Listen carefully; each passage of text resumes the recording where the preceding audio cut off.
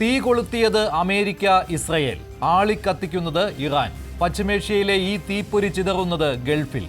ഒരു വശത്ത് America, Israel സൈനിക നീക്കങ്ങൾ, മറുവശത്ത് ഇറാന്റെ മിസൈൽ ശക്തി പ്രകടനം. ഭീഷണിയും പ്രതികാരവും തമ്മിൽ വാക്കുകൾക്കപ്പുറം നീങ്ങുന്ന അവസ്ഥ. ആക്രമിച്ചാൽ തിരിച്ചടി എന്ന് ഇറാൻ തുറന്നു പറയുമ്പോൾ അത് പ്രതിരോധമാണോ? രണ്ടും കൽപ്പിച്ചുള്ള പുറപ്പാടാണോ? സമാധാനത്തിനുള്ള വഴിയുണ്ടോ എന്ന ചോദ്യമുയരുകയാണ്.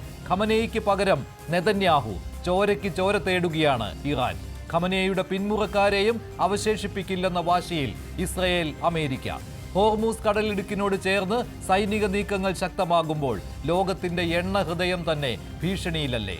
അമേരിക്കൻ യുദ്ധക്കപ്പലുകൾ സജ്ജം. ഒരു തെറ്റായ നീക്കം മതിയാകും ആഗോള സാമ്പത്തിക വ്യവസ്ഥ തന്നെ കുലുങ്ങാൻ. ഇത് വെറും ശക്തി പ്രകടനമാണോ? അതോ ഗൾഫ് മേഖലയെ യുദ്ധഭൂമിയാക്കാനുള്ള മുന്നൊരുക്കമോ? തീപ്പൊരി ചിതറുമ്പോൾ അതിന്റെ ആഘാതം ഏറ്റുവാങ്ങേണ്ടി വരുന്നത് ഗൾഫ് രാജ്യങ്ങൾ. ലോകമൊട്ടാകെയാണോ ഇതിനുത്തരവാദികൾ? ഇന്നത്തെ കനത്ത ചർച്ച ഗൾഫ് യുദ്ധത്തിന്റെ വക്കിലാണോ പശ്ചിമേഷ്യ? അതോ ഇത് ഭീഷണികളുടെ രാഷ്ട്രീയം മാത്രമോ?